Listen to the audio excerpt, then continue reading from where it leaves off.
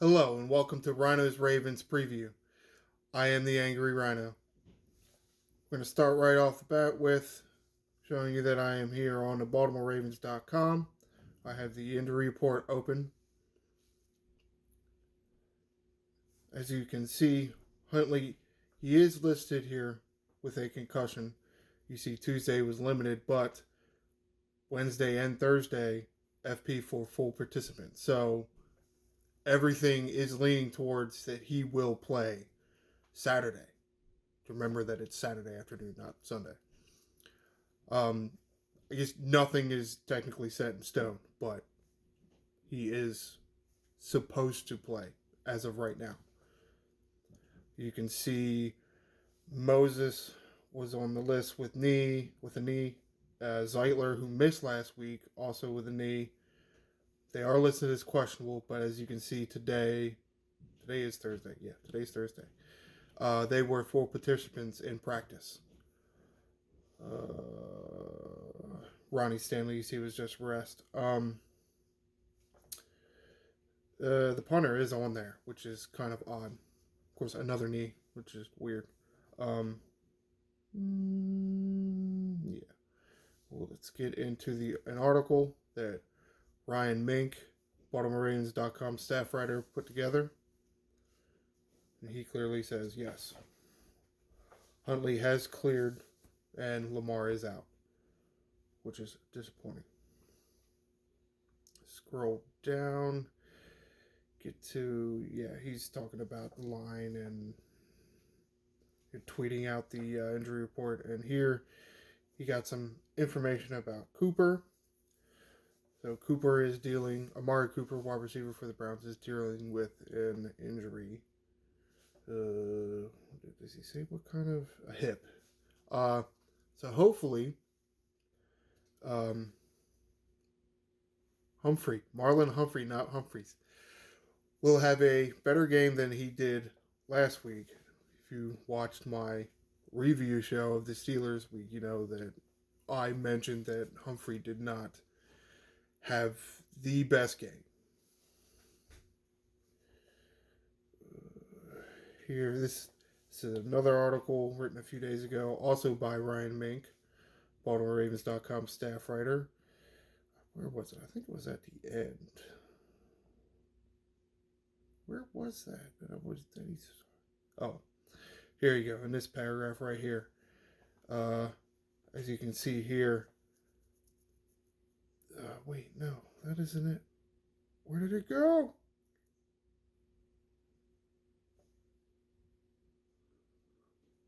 Oh my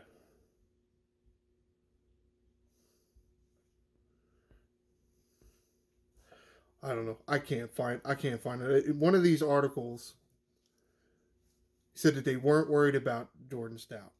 He did have an injury, but they weren't worried about it. I thought I had the article up. I don't know where the hell it went. Nope. Nope. Can't find it. Okay. Next topic. This is an article written for The Athletic by Dan Pompey. This alludes to something I mentioned at the end of, or I guess in the middle of my review video, about how good Roquan and Queen looked playing together. Well, apparently, according to this article that Pompey wrote, Roquan Smith is liking it here, and he and Patrick Queen have been hitting it off the field. Seems to be a budding bromance happening there. So that does bode well for contract talks. He's a heck of a player on the field, and he seems to be like best friends with one of the current players that's not going anywhere for a while.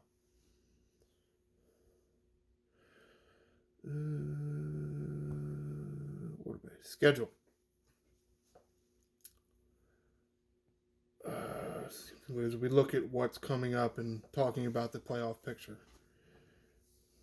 only 4 more games left. Seems like the season just started. At Browns, home against the Falcons, home against Steelers, and then at Cincinnati. All very winnable games. Very, very winnable games. It is entirely possible for all those games to be wins.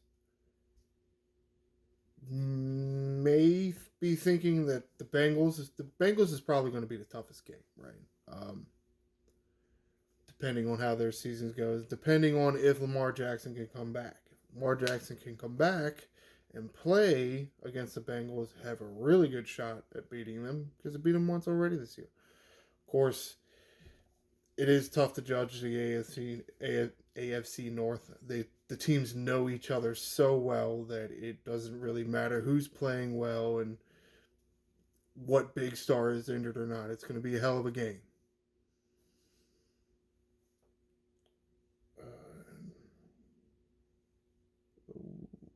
Yeah, here we go.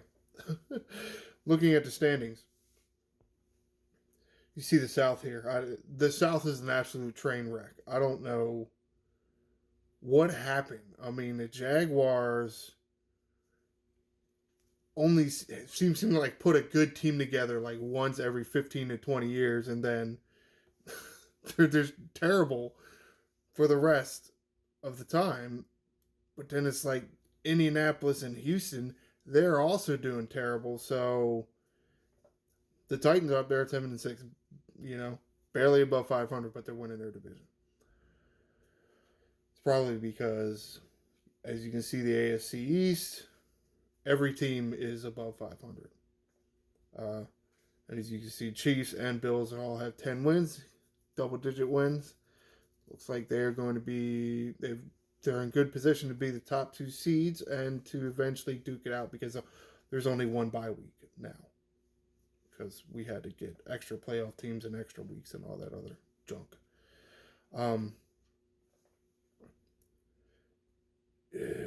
Patriots, Jets, Chargers all have 7 wins apiece. And then the Dolphins in there with 8. Let's look at where is the schedule? Schedule somewhere around here. Yeah, here we go. Yeah, don't care about those games. Bills and Dolphins. As I said last week, I'm still going to stick with it. The Bills are going to win this division, so hand more losses to, the rest of the teams in the AFC East, right? Helps us for the Dolphins to get another loss because the Bills are going to win it anyway. Jets and Lions, who knows? Both have had seemingly unlucky, we'll say, organizations the past several years.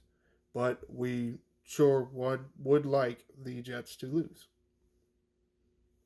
Chiefs and Texans, I mean, sure, we would love it if the Chiefs would lose and make it, maybe give the Ravens a shot to get in there, but it's just not practical to think like that. I mean, you can wish in one hand and shit in the other, see which one fills up faster. Patriots, like I said last week, I don't care where the Patriots are playing. I don't care who's on their team. I want them to lose. Bengals, looks like Bengals are down there in Tampa Bay. Hopefully they get a loss. That would really help us out. And Titans are playing the Chargers. Chargers do have a shot, I should say, at a potential wild card because they're obviously not going to win the division. It sure would be nice to eliminate more and more teams from wild card contention just in case that last game in Cincinnati doesn't go the way we want it to go, right? Let's have more of these potential wild card teams have more losses than the Ravens, right? So let's get the Titans to beat the Chargers.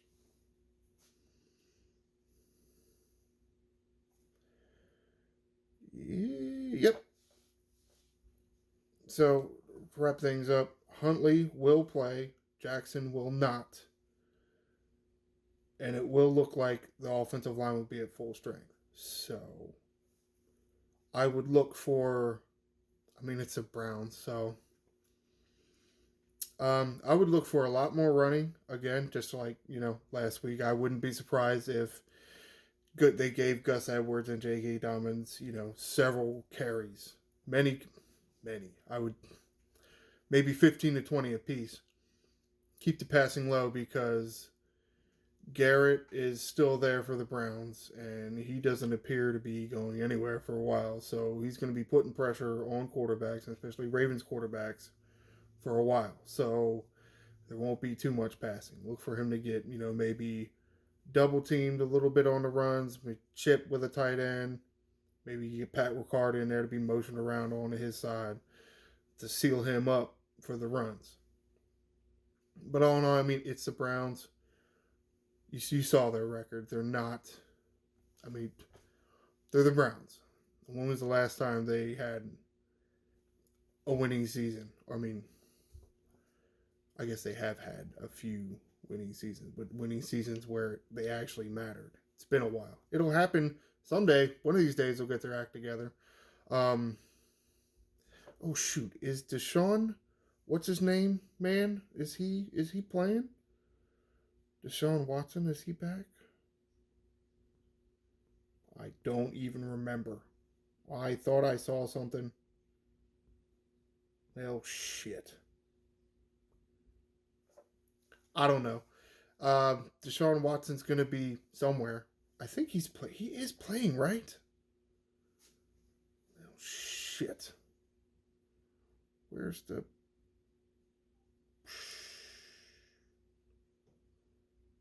Give me the Browns thing.